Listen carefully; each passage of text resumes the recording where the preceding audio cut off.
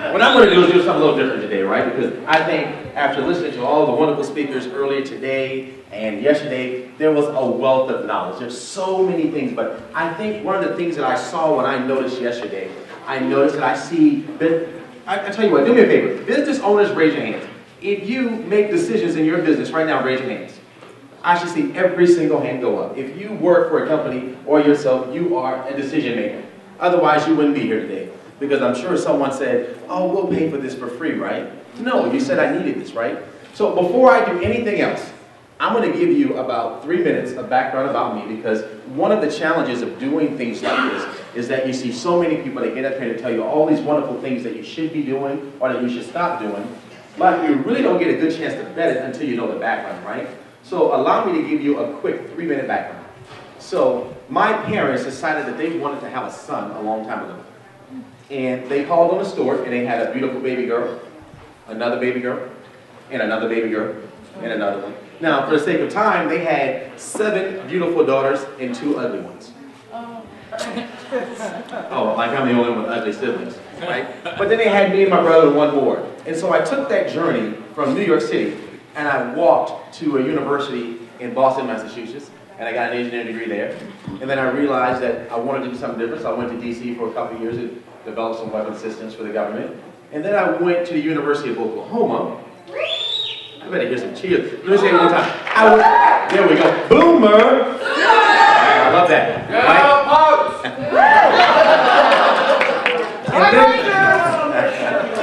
So then I took a trek down to Austin, Texas, and took a job in a company. But my true mission there was to do missionary work to convert all the UT fans to Oklahoma fans. I'm still working on that, people. But I tell you this long, drawn-out story because I have a great knowledge of what it's like to work in the federal government.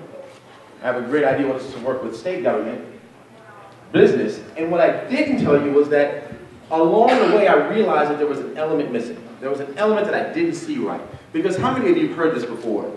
I wish I knew then what I know now. And every last one of us in this room have heard that, right? So I told myself, how can I get people to say less of that statement and say more of, man, I am exactly where I need to be now. And I realized it all hit with brand. So I thought I had an answer. And so I got 4 guys together, and we put a lot of money together, and we gave money away to people to start businesses. But what I found was people had great ideas. They had great products, great services, but they didn't have the personal brand to go with it. So see, some of us know what that's like, right? We'll get a customer, and we'll sell them once, but they don't come back, right? And we do all of this analytics, and we try to figure out, what did we do wrong? What could we do better? And you know how we figure that out? We go ask the people who don't want to buy from us anymore, right? So let me take the time today to help you figure out what some of those things we can do ahead of time so that we don't have to worry about the repeat customer not coming back. Can I do that? Awesome. Now, what I'm going to do for this, for the sake of time, I'm going to speed through some of these things because you've heard this before. Everyone knows what personal branding is, right? It's a way of creating, establishing a clear communication statement about who you are, what your product is, or what you're pitching, right? All of us should have a good understanding of what our brand is. Now, how many of you heard of the term MOT? Moment of truth. Oh, yeah. Right? Each of us have experienced that either today or yesterday. Moment of truth is the very first time someone sees you, hears you, or engages with you. That encompasses what we see here today. Most of you are probably don't have a brick and mortar. Most of you probably work out of your home, or you work out of a small portion of your home. So your customer engagement, the very first time they engage you under your MOT, is probably an interaction online. So you put your best foot forward through social media. But here's the kicker, guys. At some point, you're going to meet the customer. The customer's going to see you. Are they going to see something that you created? They're going to have some transactional experience with you. And that is where your social media needs to meet your brand. And that's what I want to go over today. Now, just by the stance here, how many people can tell me how many social media sites there are out there? See, I ask this question all the time. I think the last answer I got was 202. So I put this really cool equation together because I know everybody who didn't go to the University of Oklahoma can't add. 1 plus 202 equals 1. That's one you, your one business, plus the 202 social media sites equal one brand. Doesn't matter where you put it. You can put it on Google+, you can put it on Facebook, you can put it wherever you want. But the message has to be consistent and it has to display that brand that you need. How many of us have seen sites where you go from Facebook to LinkedIn to Twitter and you don't know what the heck their brand is? Oh, so you just got great customers and great vendors, right? But that's what happens, right? We still need to equal 1. So 1 plus 202 still equals 1. And that 202 is going to change. Every year something new is coming up. But for you, it doesn't matter. So I'm going to show you what we did in algebra. Remember that we substituted this number for what? X, right? They're not awake here, right? No, we substituted that for X, right? Because that number is going to change. See, my parents told me something a long time ago when I got to try to get them involved in MySpace. My mom said, that doesn't matter. And I'm going to tell you right now, I know it's social media, but I'm going to tell you social media doesn't matter if you don't know what that 1 means. You see, how many people here wrote books? Raise your hands. Keep your hands. Only 2 people wrote books. Only 2. What? You guys got to write some more books. How many people write blogs? There we go. Right? Keep them high. Keep them real high. I want to show you. If you were to write for a blog 20 years ago, what would you use to make people see your blog, like see your product? Right? See how long it takes? Right? What did you say? Personal contact. Personal contact. See the difference. Social media is great, but before you put your content on social media, you have got to know what the audience is willing to accept and how you're going to get that message out. Because 25 years ago, a writer would probably have never used social media. You know, they probably would have had another way of doing it. They would have used what? Print media, television. But you know what they all would have used and we still use today? Personal interaction. And boy, if she was not smiling, I would not do business with her, right?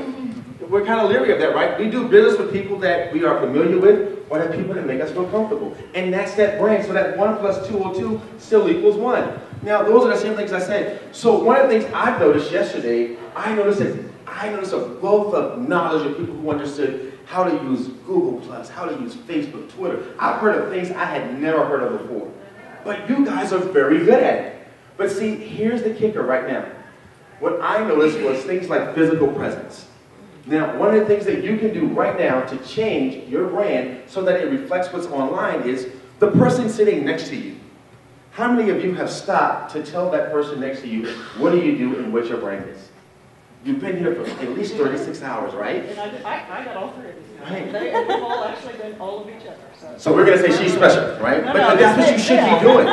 You are here for a conference to do 2 things, to learn something and to increase your brand. Because when your brand increases, your business increases, your competitors, we hope they increase as well, but your vendors go through the roof, right? Remember, there's no such thing as, you guys have heard this, right? There's no such thing as an unethical company, right? They're just unethical people working for good companies, right? The same thing for your brand. There is no bad product or bad invention. There are just bad marketers for good products, right? Because think about how crazy you gotta be. You've heard this before, right? You took the internet and some guy had a VCR and he got the computer and they put it all together and they did what? TiVo, right? Nothing new. We're not inventing anything else new. Our content is based on our brand and how we market it. Social media is a vehicle. Now, I'll give you an example to show you why that MOT makes a huge difference. Raise your hand if you personally met at least 2 people on this screen right now. It's okay if you met 2 people or more. Nobody has, right? But all of us have probably met at least 1 or we've at least seen some on television, right? If I ask you, is that my corner? Oh. If I ask you the brand of anything you know about this lady in the red shirt in the top left-hand corner, what would you think about it? Nobody has an opinion about that lady in the red shirt. Media. Most powerful media woman in the world. Right, most powerful media woman in the world, right? Well, she promoted reading books. Right, if you got your books on Oprah, chances are you got some good publicity, right? Right? Amazon will be calling you, right? No, what about, now give me an example, what about this guy here in the bottom middle? Airplanes. No, not this guy. This guy. Oh, this guy. Oh, yeah. Winning, all of these good things, right? But think about it. When I asked earlier, how many of us have met 2 people, or at least one, I saw very few hands. But you've never met any of these individuals. Chances are you've never bought a single thing they sold. Chances are you don't even have them on Facebook, Twitter, Google+. But you know about them. You know why? Because they have a brand presence. And that's the same for you and your customers. You want to make sure that your brand presence is there before you start to do social media, so that when the social media sites you put up start to get hits or people start to interact with you, they're one and the same. Now, I want to show you what it feels like. I want to show you what your customer sees that you won't get a chance to see because you sit in the back office. I want you to take a look at the person to the left or the right. Look them in the eye. Just look at them real tight. Look in the eye. I want you to get like right here. You should be close enough at this point that they can smell the food on your breath. Because we want close customer interaction for our brand, right? Now, take that person and I want you to look them in the eye. If you can see me, you are not participating. So look at them and I want you to get very quiet. And I want to show you exactly what this is like for your customers. I want you to say, I know. I do baking. Pause the camera because this is not good. Listen. I need you to yell because this is your business. This is your brand. Look at them again and say, I know. I know. You better yell like you went someplace good. One more time, say, I know. I know. I look good. I look good. One more time. Look at it again. Say, I know. I know. You look good. You look good.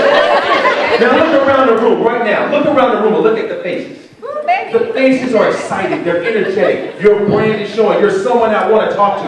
If a competitor walked in a room right now, they will be scared crapless because they know you have customer interaction. Your brand is in your face. I don't have to talk to you. I can look at you and tell that you're excited about what you're selling, what you're doing. And that to me is your brand. I'll see that before I ever see what's online. If what's online does not match what I see, I am no longer going to do business with you. How many people believe that's true? Raise your hand. If you don't, you should, because that's what we sell. At the end of the day, Maya Angelou said it best. Anybody ever seen that movie? It's a movie from the 60s. It's called Imitation of Life. And if you ever watch that movie, watch the first 22 seconds. Maya Angelou's poem, a couple lines from her poem comes up. And this is true. If you own a business, you better take it to heart because it's not just about your brand, it's about survival. She says, people will forget what you did to them, and people will forget what you said to them, but they will never forget how you made them feel. And that's what business is all about. I don't care what you sell, if you don't make people feel like they're valued, like the item that you're selling or the process that you're giving out is not valuable, if you don't make them feel that way, they will not come back. It's all about feeling. That's what advertisement is. That's what we're doing on social media. It's about eliciting a feeling. You see, my parents always told me that when we were good at something, no one should ever say they need what you have. They should need you, right? If I have heart problems, I am definitely not going to say I need a doctor. I'm going to need Dr. Dan. I want the guy who invented the whole heart thing, right? If I want a good car, I'm not going to get a car. I'm going to get what? A BMW. See, I know what he drives. Ferrari. But you got to support the things you say. You got to dress the part, look the part, feel the part, and you got to make your customers see and feel that. Do it with me one more time, because I need you to really understand. Because I want you to do it. Look at that person right now. Look at her real hard. Do not breathe on her, because I cannot pay for the fine hot breath. Do it one more time. Look at her and say, I know. I look good. I look good. Now, just to make me feel good, how many people, for the first time today, somebody told you, you look good? It's okay. No, but it's about being able to create that branding. You have to do it within yourself. It's about what people see. Because remember, MOT is about when they see you. Sometimes they'll never even get a chance to talk to you. It makes a huge difference, right? Now, what do they say? Before you can leverage your brand or do anything, they always tell you that you only get, what, one chance to make, what, a first impression? Now, before I go into my next part, I'm going to show you why that's not true, but I want you to do an experiment with me, right? Because I like to make things fun. Anybody have pieces of paper right there that they can just discard? If you have a piece of paper, just hold it up real quick. If you don't have one, I got these little ones I can give you. Just hold one up. That paper represents your brand. That's your brand right now. You don't want your brand to be big. See, that's where it starts at. This is you as an entrepreneur when you say, I want to create something different, something new. That's your brand. Hold it high. That's you. Advertise. You're on the web. Hold it up. Now, if you're not on the web, then put it down below your chest because that means you're too slow. Now, hold it up high. Now, I want you to take it. You got to know what, take a paper out and rip one page out. And I want you to do me a favor. I want you to play with this. I'm going to show you what this brand is like. Now, that's the beginning of your brand when you're an entrepreneur. Now, take it and fold it in half, right? Because that's the first time you decide, I really want to change me. Right? You can say, I want to create something. You don't know what it is yet, right? Now, you're still holding it up because it's on the internet, right? Or do some of y'all realize y'all out of the market now, right? But see, they said you never get a second chance to make a first impression. Now, if this is your brand, and I start with my brand, and my brand before I fold it is probably this size, who's got a special niche on the market? I do, right? So I'm going to show you how many times, anybody know how many times you can change your brand before it becomes just right and you can't do it anymore? No. The answer is 7. 7 times you can change yourself before you actually get to your sweet spot. 7 times.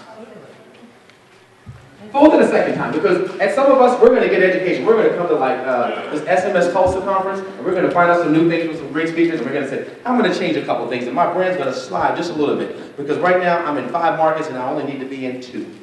Right? So you fold it the second time, right? Now, some of us are going to realize that we need to fine-tune it, because we realize now that we can use Google Plus to do some things we didn't know we could do. We know how to get our books on Amazon and get our rankings a little bit higher, because a lady talked about that earlier. So we're going to fold it a 3rd time, right? Now, see, for some of us, I see we're struggling, right?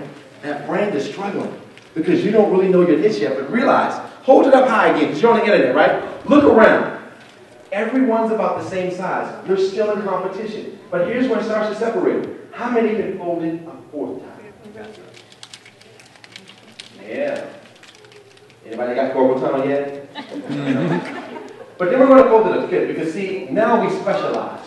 We know exactly what our target market is. We know who's going to buy. We know how much they're going to buy and when they're going to buy, right? Because we've done our homework. That's 5. But how many can do it 6? Because we said 7 is the most you can do, right? I need a psychiatrist now. Yeah.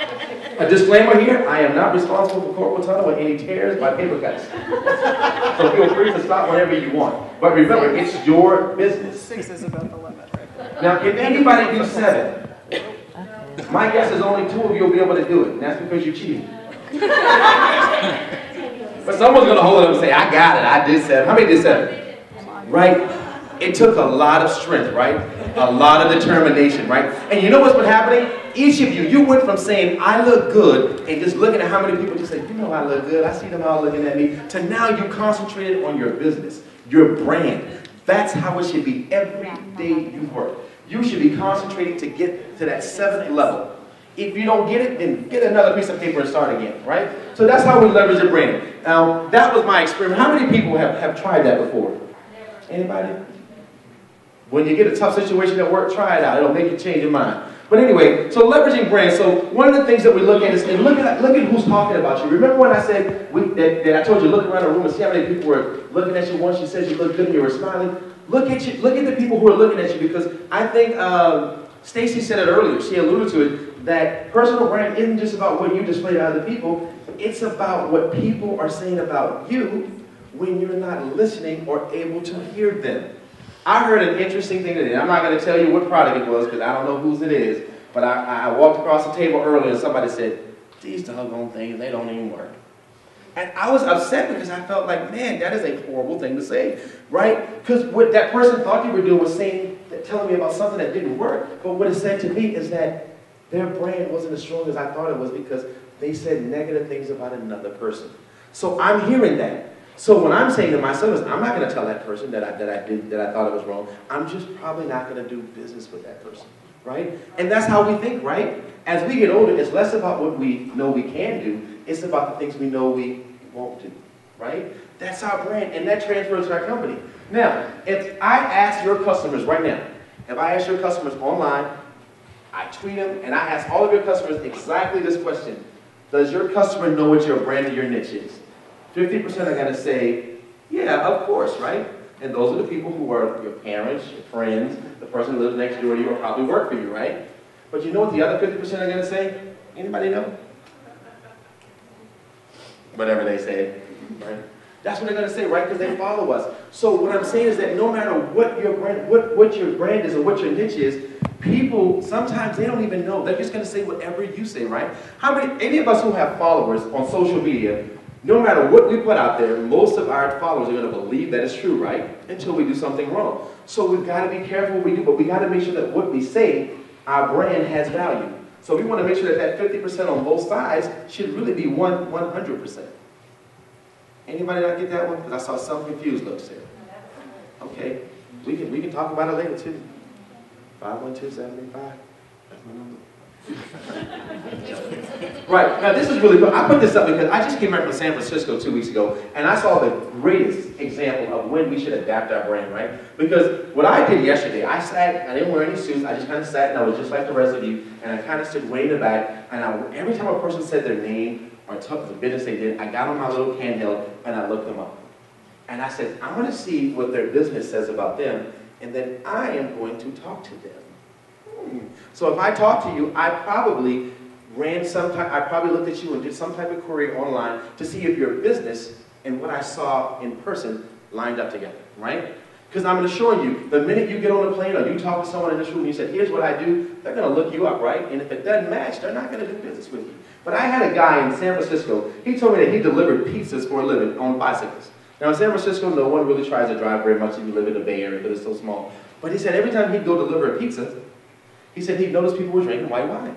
And he thought, man, I got a $2 tip for delivering a $12 pizza, but someone's drinking a $30 bottle of wine. So he said, I had to change my market, my niche. He's still the pizza guy, but now the pizza guy sells wine. Bigger tip, bigger margin, and he changed because his customer base changed, right?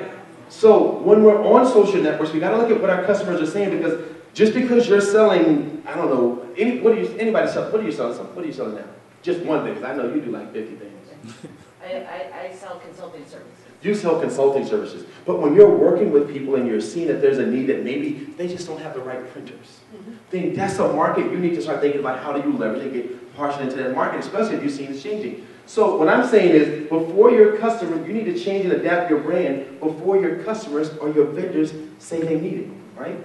Notice I put that word in vendors, right? Because all we normally talk about in social media is our customers. But you know who we should be worried about? Our vendors, right?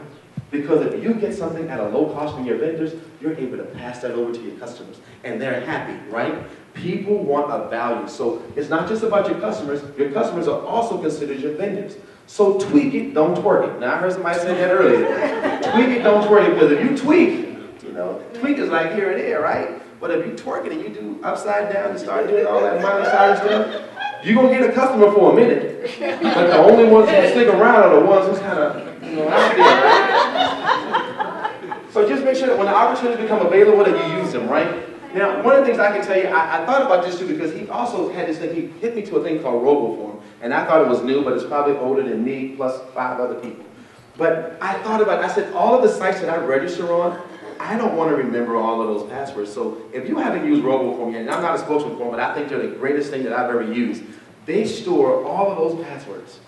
And that way you can type in that one long password with 18 characters, and they'll remember all the other passwords and autofill all of your information. So that when you're hearing people talk about these great sites up here today, you don't have to worry about saying, oh my gosh, I don't want to fill out that long thing. So if you go to RoboForm, and they're free, you can get RoboForm for free, it'll fill in all the information that you needed to fill in about you, so when you start to register on sites, it makes it a little bit easier for you. And you should definitely recommend those to your customers, because some of us, even though we've been told not to have long forms on our social media sites, sometimes we got to, because there's a lot of information we need, because maybe our niche is in marketing data, right, for our customers. So that's a great example of doing it. But before I go out of this, I want you to look at this.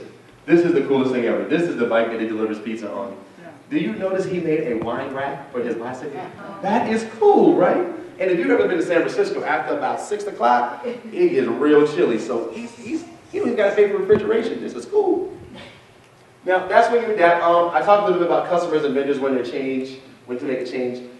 But I want to touch just real quick on some of the social media, brand influences on social media, right? How many of you right now use Expert File? Every last one of you should be on Expert File, because I'm sure there's something that you do that other people don't do as well as you. Whatever your brand niche is, whatever you're selling, you need to be on Expert File. Expert File, I can tell you, that's how I met Cheryl.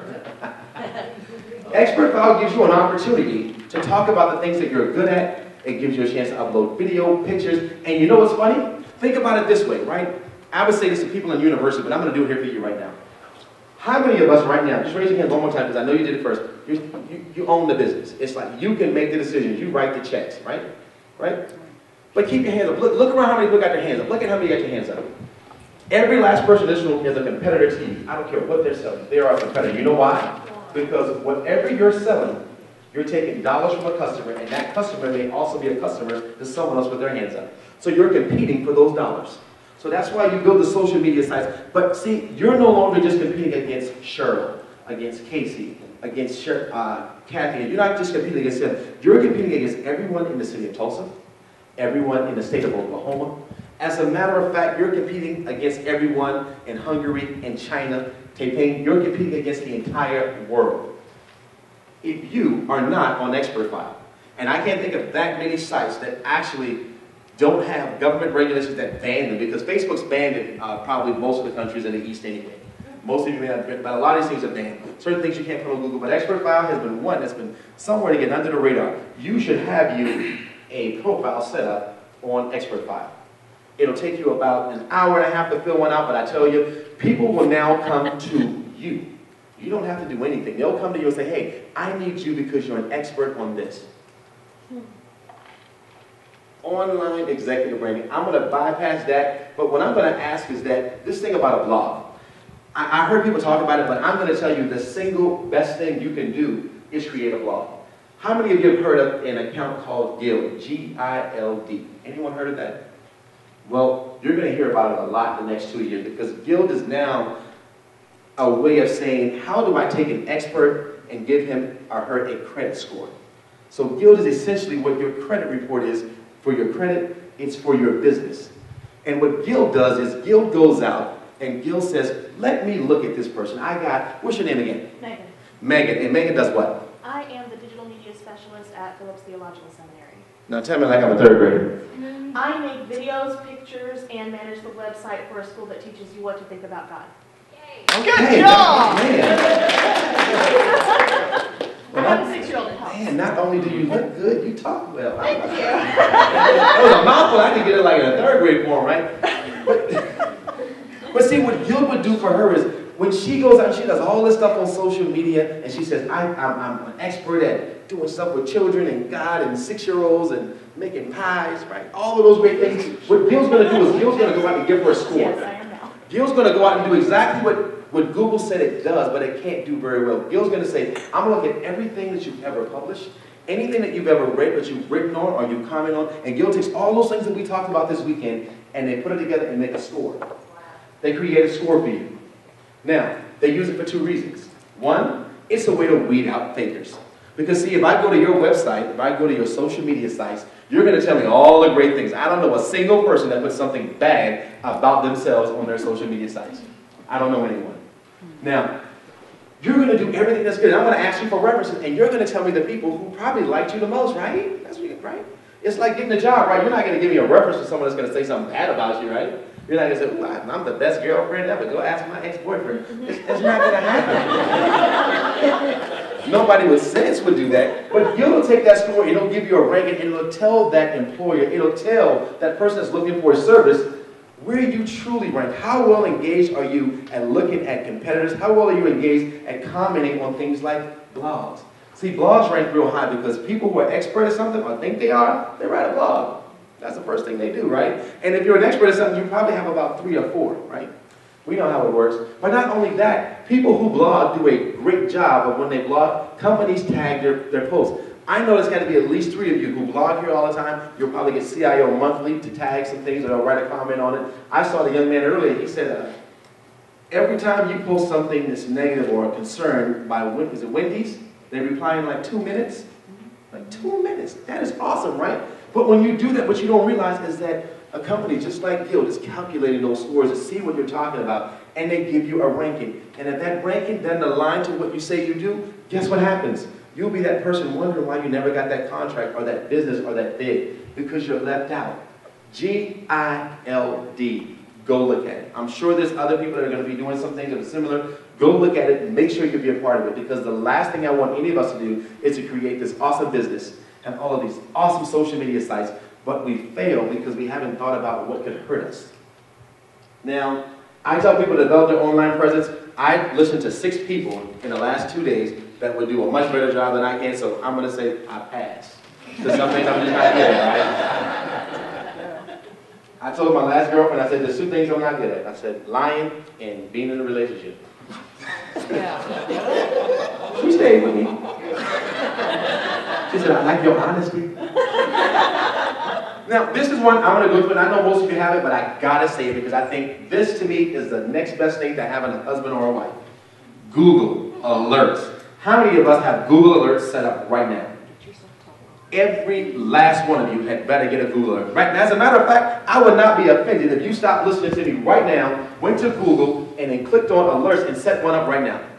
If you work with children, you had better go to Google Alerts and set up a Google Alert on anything that deals with children 6 years old in the Tulsa area.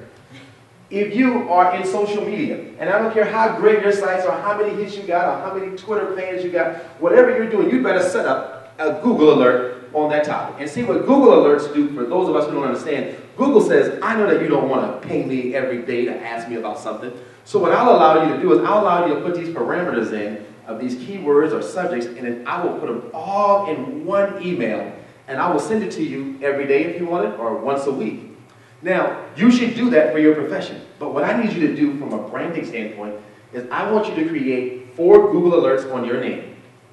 I want you to set up a Google Alert on your government name. Now, for all of us, that's probably because I'm from New York City, I'm from the hood, so that means your name that's on your birth certificate. I don't want everybody to call you, your name Lil Pookie, I'm not talking about that. Right. Now, if your name's Christine, but you know your birth certificate says Christina, do it on Christina, but put your full name in. That's the first one. And I want you to set an alert on it. And I want you to have that come back to you every 7 days. And I'll tell you why 7 days is important in a minute. But do that. Then I want you to go back a week later, and I want you to create the one on your short name. Whatever people call you around town, not your husband or your wife, that's personal, but whatever people call you around town that's legal to say, I want you to put another Google Alert there.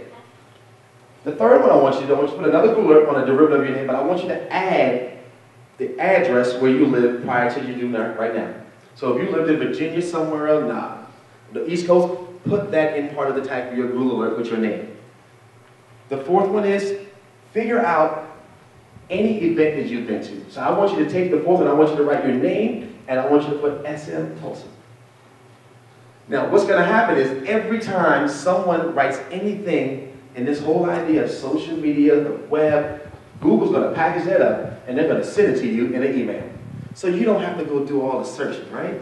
So you can do it yourself. You don't have to pay someone $5,000 a year to do all these searches to figure out what's going on with you. But here's why it's important for your brand. The minute someone says something about you that may not be advantageous, you will know about it and you'll know where it's at and you'll know how to go mitigate to get that off. Because see, no one's ever lost a job for having a good level of education, a good level of understanding of what you're selling. People have lost a job or a client because of a negative response that someone put out there. That's what they lose. Now, I'll tell you, have you ever heard of something called Ripoff Report? Yeah. Each of you, if you don't have a subscription, go and look or get a subscription at Ripoff Report. Because Ripoff Report is important for 2 reasons. One, people get a chance to say whatever they want to say about you. Bad, good, whatever. But here's the downside to Ripoff Report. If you don't respond to that within 7 days, they will not take it off their site. So you see why that Google Alert is important to me every 7 days? Because Google Alerts will pull what's on the Ripoff Report. And what I didn't tell you guys is I work for the government now, and I help do most of the cases where people just don't want to be good, so they plead their Fifth Amendment right, and I get to read the 17 muscles here, the 7 here, the 3 around the mouth. So I'm a body language reader, but mostly face and arms. So I can tell when people are either happy, sad, lying, not good, indifferent, content. Kind of like I can tell right now, I saw somebody in the back there, was like, he don't know what he's talking about. But that's okay. It's totally all right. It's all right. Because everybody don't have to believe the same thing. But in that job, y'all not supposed to be making me laugh. But in my job, I get to see people from all walks of life. I get to see people from all walks of life. And what I can tell you is that I have people who want to apply to do the job that we do. Now, you got to be able to do two things. You got to pass a background check, and you got to have the skills, right? So people don't have a problem learning 2 languages outside of English. They don't have a problem running a mile in under 6.5 minutes. They don't even have a problem on learning all the different rules and laws and legislation that's in place. You know where almost all fail? The background. And it's not even about going to jail. They fail because someone probably did a rip-off report. Someone said that you stole something from them in college. Somebody said that you're probably a stripper when you're not at, at nighttime. I mean, they say all kinds of things, but you know what? We have to look at those things.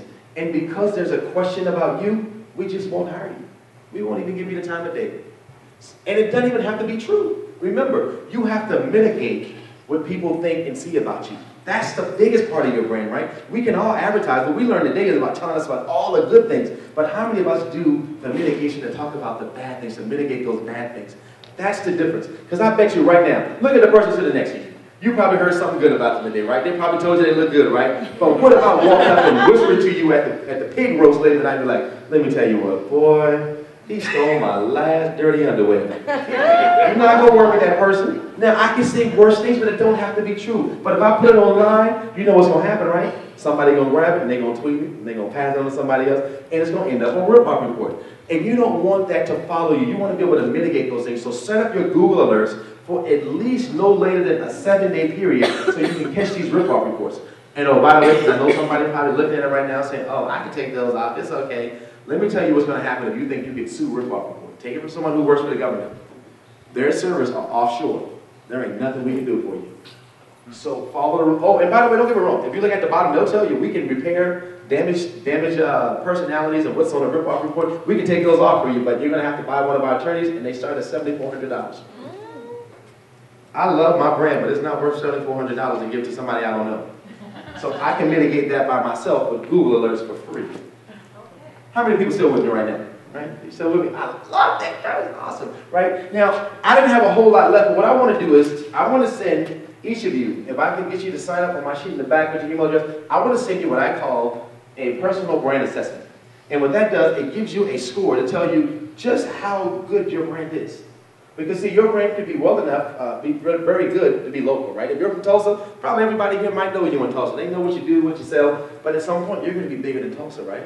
You're going to be bigger than Oklahoma. And if you truly are doing what you should be doing, right? Remember that big piece of paper we had earlier? It should have been folded, and you should have a market niche that's small, but your outreach should still be high. Like we said, you're global. You hold it high, but you have a small niche, and you want people to come to that niche that makes you you. Now, Hey, I just want you to know real quick that I tweeted that you were talking about expert file, and they have already retweeted. wow. You see the difference? It's global. It's everywhere, every language, whatever you think about. I like that. Now tell them to go ahead and hook my file up. But here's a quick checklist, right? Do the personal brand assessment. I'm going to give that to you, and I'm going to make sure Cheryl has a copy that you can use. Oh, she's got the bad news now. No. But then also remember, speak with clarity. While we're here and we're at the conference, a lot of people, why they won't tell you, they'll judge you based on what you say and how you say it. You are a professional. You are the face of your business. Speak with clarity. What I mean is, I don't mean you have to enunciate every word. What I mean is, when you talk about something, just be clear about it. It should be just as clear as what you put on your social media sites. If I ask you a question, you should almost be able to give me the same exact response with the same clarity that I would get on your social media site. Manage your facial expressions and tones. I can tell you there's nothing worse than talking to someone and they kind of do this. They look like they're about to fall asleep, or like they're thinking about like an episode of like Changing Faces of Criminal Minds or something. I had a lady tell me that earlier on, and she's like, "Oh, so what do you do?" She goes, "Oh, I like that tomorrow morning." I'm like, I didn't even tell you what I did yet. And she was just totally off the wall. Manage your back office, and that back office means this. I got time. I'm going to share this with you, right? Because I think when I tell people things in stories or do experiments, you remember it because it's fun. Sometime a long time ago, back when my great-great-grandparents were probably hiding under a boat somewhere, they had this thing called Rome. And in Rome really, they loved themselves, right? Because Rome was like a business, right? Everybody wants to tweet about themselves and all the great things they do, right? That's the Romans, right? The Romans always wanted everybody to see how powerful they were. But see, the Romans realized that they had all these czars or Caesars that they knew that one day if they kept talking about him, kept tweeting about him, kept putting him on Facebook, that they would become legends. And they knew that. So they got this sculptor and they said, hey, we don't really have Twitter and Facebook yet, so we really want you to create some things that are close to it. So we want you to create a sculpture, right? Because that was the thing of the day, right? When you got famous and you want people to know you, they made like a bust of you or something, or a big old statue. So they asked him to make a statue of Augustus and Julius, all these Caesars, and put it off the Parthenon. But he said, we wanted to angle down into the city so when people visit Rome, they get to see our great leaders, our great gods. And so they got this sculptor, they commissioned him to do a 2-year thing, and they paid him $200. And he did exactly what he was supposed to do. He got his guys up there, and he started chiseling at that rock, and he made these great sculptures. But then 2 years went by, and he still wasn't done, so he started doing some stuff on the back end. And when he came 2 more years later, which is 4 years now, he came to the Roman Senate, he said, hey, I need to get paid for the work I've done. I've given you all of the things we're supposed to do. And the Senate looked at him and they said, well, we paid you for 2 years to develop these sculptures. You were done with what we needed on the front. He goes, you spent all that time in the back. We didn't need that. We don't want to pay for it. He goes, what in the world would make you think that we needed to spend money to put all of that work in the back? And he looked at him and he says, because the gods will see it. Now, here's what that means. Your customers will see everything that's facing them. That would be all of your social media sites, all of your websites. They'll see the things that here. You can wear the greatest Louis Vuitton outfit with Burberry. You can smell like da-da-da-da-da. You can smell good. You can do all those things. And people might like you initially, but it's the back office. It's the things about you that we talked about today, the way you treat people. What did we say? Mine say the way people feel about you, those back office things. You have to make those work, and just like that sculptor said, he focused on the back office because the people who are not in Rome can still see it. And especially if the gods can see it, they count more than the people at the ground, at least in Rome they did. So what you need to do is think about the people who are going to be in the back office. Because at some point, your business is going to grow, your social media is going to grow, and you're going to need venture capitalists. You're going to start to partner. I saw a guy, the young man who did the speech earlier, closed out yesterday. He said it best. He said, it doesn't matter if you're on Facebook or you're on Instagram. At some point, they're going to merge. Every airline today that I know, with the exception of Southwest, even Southwest is merged, right? You're going to find that at some point, your business will either need to merge or co-partner with someone else. And if your back office isn't in order, they're not going to merge with you. You know what's going to happen? You're going to fade. You're going to fade. You can put all the social media, all the website, all the money you want. It is not going to work. Get your back office in order. Now, you still want to make sure you update your online profiles and your social media stuff. I think they all told you today. I say it should be every 3 to 4 days. You should have something relevant. Some of you probably need to tweet or do things more often than that, but every 3 to 4 days, I should see different new content. Something's ever changing, because to me, as a business, you should be learning every day. I say 4 days because I know some of us work for ourselves, and maybe we don't get a chance to get to it every day, but you should be showing things that are ever evolving, because I need to see that brand change. Mentor and grow. Here's one of the last things that I need each of you to do today. If you own this company by yourself or you share it with someone else, I want you to do 2 things. I need you to get 2 mentors. I need you to find someone in this room today that does something similar to what you do. May not sell the same product, but might be in the same business. And I want you to get with them and say, hey, we're going to partner. Now, you might want to get an NDA first, but partner with that individual and share ideas, because it's not about competing with your competitors. It's about finding a competitor that you can relate to and you can share. You can share those ideas. Get you one of those mentors where you can share together. Then I want you to do a second mentor. I want you to find someone that's where you think you want to be 2, 3, 4 years from now. Find someone who's there. And then I want you to ask them, hey, can I call on you maybe once a month to talk for 20 or 30 minutes to tell you where I'm at, and maybe give me some ideas. Here is your easy way to make sure that the work that you're doing on your social media site stays ahead of the customer. So that when the customer starts to make a change, you're already in the turn, right? It's like race car driving. Anybody watch race car driving? If you wait I know, see, she know what I'm talking about. See, in race car driving, if you wait to turn when you get to the curve, you are going to crash. You are going to crash. So I want you to go in and get those mentors, get ahead of the curve. Contribute to your company's blog, website. If you work for a company, you should be blog. Anytime they put something out, you should be attaching your name to it. But not falling like that. Fall my company. But I want you to start, anytime they put something out, so whatever company you work for, they put something out, you should know a little bit about it to just comment and tag your name. Because when you tag your name, remember, it's going to help you on your guild score. And you want that guild score to be as high as it can be. Your online presence, each of you already do that. And then what I'm going to say is, I have a rule. If a person looks at me for at least 2 seconds, I'm going to come talk to you. Why not? Hold on, we can all talk.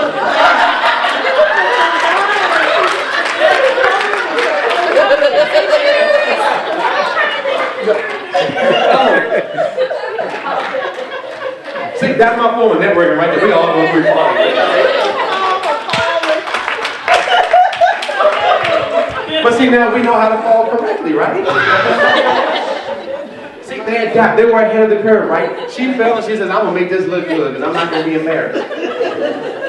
But just network with at least 3 people. I know it's difficult, but what I want you to do before you leave the day, I don't want you to just get someone's card. I tell you what, when you give me your card and that's all you give me, I'm going to treat you like a customer that never bought anything.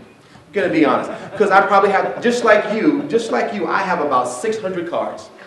Now, I'll tell you the difference. If you say something that makes me go, wow, or you do something that makes me go, wow, I'm going to take that card, flip it over, and I'm going to write a couple things. I'm going to write, I met you at Smtulsa, and I'm going to write something about you so I remember you. And so when I get home, I take all my cards, I throw them on the table, and I turn them upside down. And if there's nothing written on it, I'll be honest, I'm going to throw it away. I got a card you can't write on. I have a double-sided card. Then you might just win, girl. You might just win. I've got a card you'll never forget. I have to do it. Should I? Yes. What?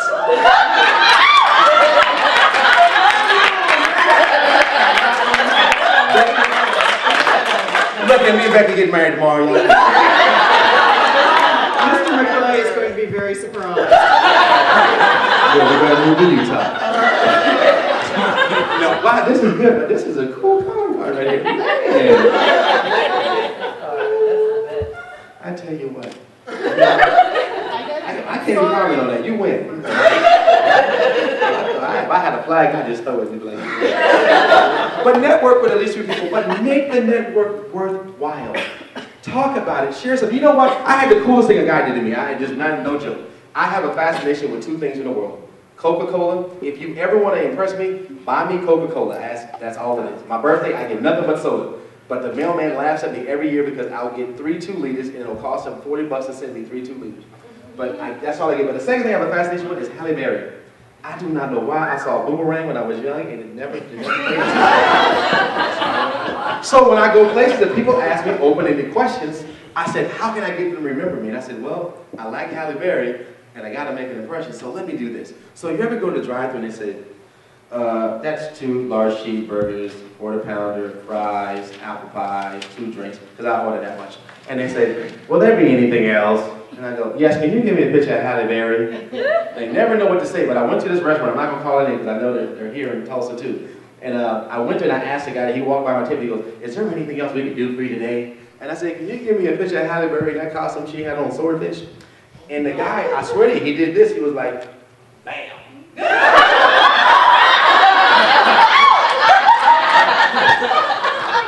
I eat at DJ's every week now. That's all it took, though. That's all it took.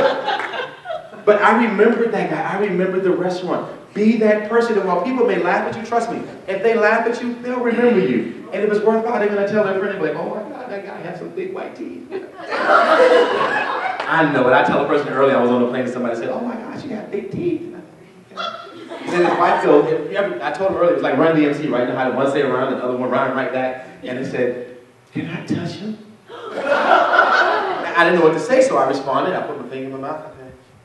And I put my finger in your mouth. I said, oh, I don't get down like that, son. But at the end of the day, it was something that people noticed my teeth. I bet when they go home, they're going to tell them about the guy who wanted to put their finger in his mouth. They remember me, right? But see, you know what I did though when they ran away? I said, I'm so sorry. I said, listen, I'm going to get a second try, but I don't want to do it today, but let me give you my card so the next time we see each other. Now, that's going to be a customer. I bet you it's going to be a customer. I bet when I go back in my office on Monday, they're going to send me a note, something, and they're going to look at what I do, and I'm going to sell them 2 of the most terriblest books I got. They're going to buy it. So, and with that, it says be known for something. Be known for what you do. I think we saw a gentleman earlier. He always said he wear this red tie and, you know, a suit. I saw the other gentleman, he had some dreads and a hat. He goes, I don't always wear the hat, but I always got this hair. And so you know him, right? Be who you are. Now, I'll share this before someone asks me. See, my brain's a little different. I get a chance to go talk to people mostly about reading body language and how that elicits to brands, but when you see me, I'm always like this. I show those big teeth and I put my hands out, right? There you go, right? Because I want to be able to say, the right hand washes the left hand, and that's me. Be who you are. When you take your pictures, there's something about you that people compliment you on. If it's your big eyes, just kind of put the big eye forward. Just put the small one in the back. I'm not trying to make jokes. I'm telling you, be known for something. Each of you, some of you just have a way of talking, a way of doing things, but make sure people remember you, right?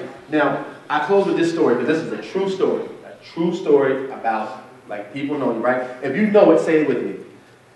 It's not what you know. All of y'all are wrong.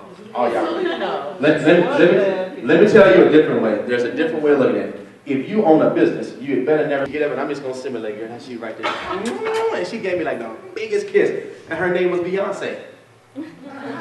Oh, I'm before Jay-Z. Y'all better recognize that. But Beyonce would give me like this big old kiss, and and I would say, bye, Beyonce. That's when she got that whole finger to the ring.